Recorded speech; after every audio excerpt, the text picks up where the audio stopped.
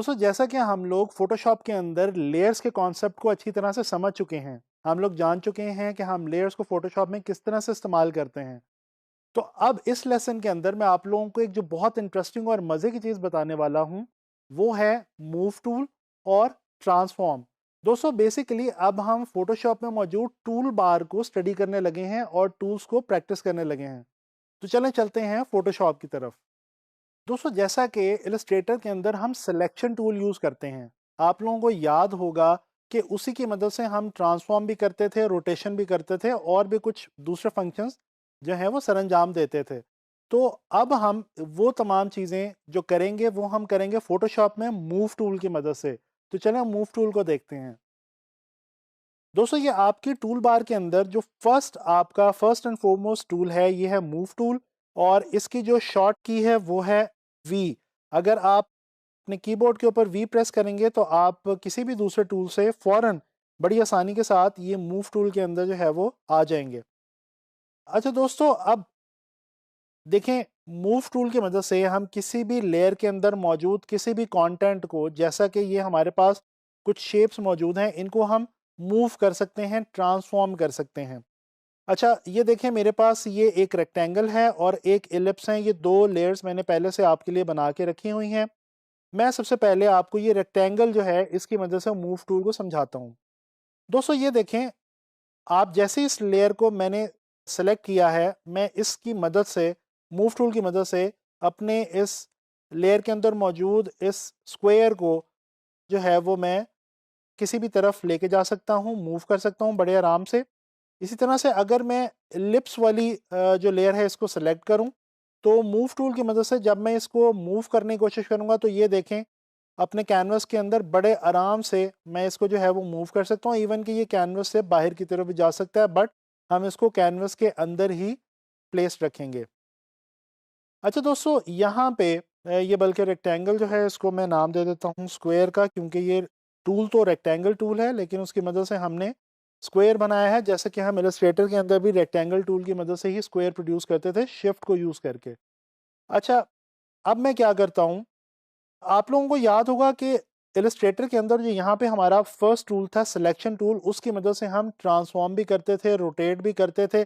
यानी कि अपनी जो हमारा ऑब्जेक्ट है, जैसे कि ये स्क्वायर है, इसका हम साइज भी बड़ा छोटा करते थे, इसको रीस्केल करते थे, इसको रोटेट करते थे। अब वो हम इस मूव टूल के अंदर, फोटोशॉप में इस मूव टूल की मदद से ट्रांसफॉर्म की एक शॉर्ट की मदद से करेंगे।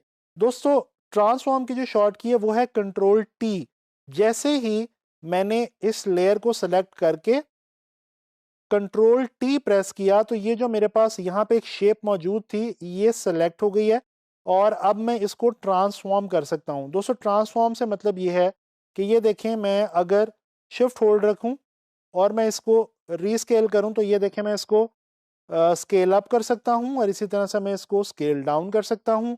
और बिल्कुल जिस तरह से इलस्ट्रेटर में हम करते थे कि अगर हम शिफ्ट के साथ ऑल्ट को भी होल्ड कर लें तो ये देखें उसका सेंटर भी बिल्कुल उसी तरह से लॉक हो गया जिस तरह से इलस्ट्रेटर में होता था। इसी तरह से अगर ये जो एलिप्स है इसको मैं सेलेक्ट करूं और इसके ऊपर आके कंट्रोल टी प्रेस करूं तो ये देखें, ये बाउंडिंग बॉक्स जो इलस्ट्रेटर में हमारा बाउंडिंग बॉक्स था वही बाउंडिंग बॉक्स फोटोशॉप में हमें मिल गया और बड़े आराम के साथ हम अपनी इस शेप को, किसी भी शेप को या किसी भी चीज़ को बड़ा या छोटा कर सकते हैं। दोस्तों ये जो हम रीस्केलिंग कर रहे हैं ये सिर्फ शेप्स की नहीं कर सकते।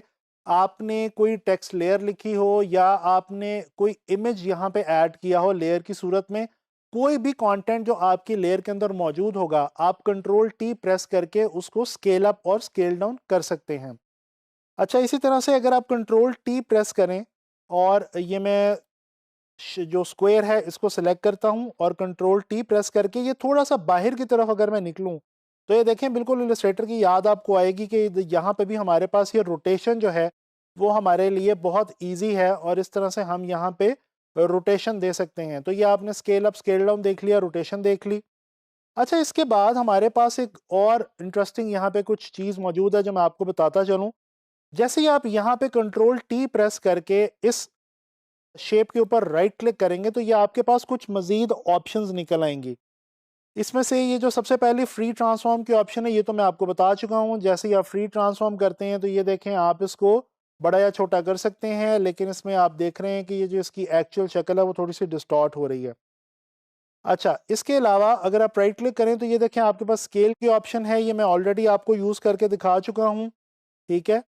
और इसके अलावा हमारे पास यहाँ पे रोटेशन की ऑप्शन, ये भी मैंने आपको यूज़ करके दिखा दी, ठीक है जी। और यहाँ पे हमारे पास एक और मज़े की ऑप्शन है स्क्यू की। दोस्तों ये जो स्क्यू की ऑप्शन है ये क्या करती है कि हमारी शेप को ये थोड़ा-सा जो है वो स्क्यू कर देती है, यानी कि उसको पिचका देती है, उसको किसी भी एंगल से हम उसको स्क्यू कर सकते हैं, ठीक है। अगर आप मल्टीपल नोड्स को पकड़ेंगे तो ये देखें वो मल्टीपल नोड्स की मदद से बड़े आराम से वो जो शेप है वो स्क्यू हो जाएगी।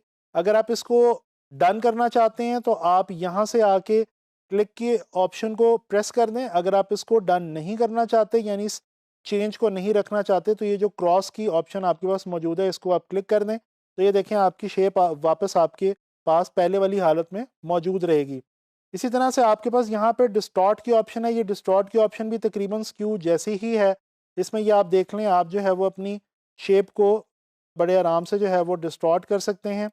ये मैं अगर एलिप्स वाली लेयर को सिलेक्ट करूँ और यहाँ पे राइट क्लिक करके डिस्टॉर्ट में आऊँ तो ये देखें मैं इसको बड़े आराम से जो है वो किसी भी तरह से इसका ओवल भी बना सकता हूँ, इसको वर्टिकली हॉरिजॉन्टली किसी भी तरह से मैं इसको डिस्टॉर्ट कर सकता हूँ। मल्टीपल इसके ये जो मेरे पास की पॉइंट्स हैं, इन की पॉइंट्स को पकड़ के भी मैं इसको ये देखें डिफरेंट सी शेप जो भी मैं देना चाहूँ वो मैं दे सकता हूँ। मैं कंट्रोल ऑल्ट जी प्रेस करता हूँ ताकि ये वापस अपनी असल हालत में आ जाए। अच्छा जी, कंट्रोल टी, और ये आपने देख लिया स्केल, रोटेट, स्क्यू, ट्रांसफॉर्म, इसी तरह से पर्सपेक्टिव। ये भी बहुत इंटरेस्टिंग ऑप्शन है दोस्तों। हम अपनी किसी भी शेप को या किसी भी इमेज को पर्सपेक्टिव दे सकते हैं, जिस तरह ये आपके सामने है इस वक्त। ये देखें, ये मैंने जो स्क्वायर था उसको बिल्कुल एक पर्सपेक्टिव की सूरत में बना दिया, और जैसे एक दीवार होती है एक ख़ास पर्सपेक्टिव में, उस तरह से ये इस वक्त आपके सामने जो है वो मौजूद है। इसी तरह से rotate 180, rotate 90 clockwise, flip horizontal, अगर आप किसी भी शेप को जो है वो हॉरिजॉन्टली या वर्टिकली फ्लिप करना चाहते हैं वो भी आप यहाँ से आके कर सकते हैं। तो ये दोस्तों आपने डिफरेंट ऑप्शंस देखी हैं ट्रांसफॉर्म के हवाले से, और आपने ये देखा कि हम इन ऑप्शंस को मूव टूल की मदद से किस तरह से फोटोशॉप में यूज़ कर सकते हैं। दोस्तों आप लोगों ने देखा कि कितने आराम से मूव टूल की मदद से हम फोटोशॉप में वो तमाम काम कर सकते हैं जो इलस्ट्रेटर के अंदर हम सिलेक्शन टूल की मदद से करते थे। और आपने कुछ मज़ीद इंटरेस्टिंग ऑप्शंस भी देखी फोटोशॉप में जो कि ट्रांसफॉर्म की शॉर्ट की के साथ कंट्रोल टी के साथ हम यूज़ कर सकते हैं मूव टूल को का सहारा लेते हुए फ़ोटोशॉप में।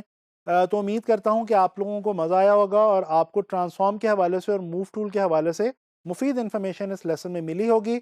आप लोगों ने इस चीज़ की प्रैक्टिस करनी है।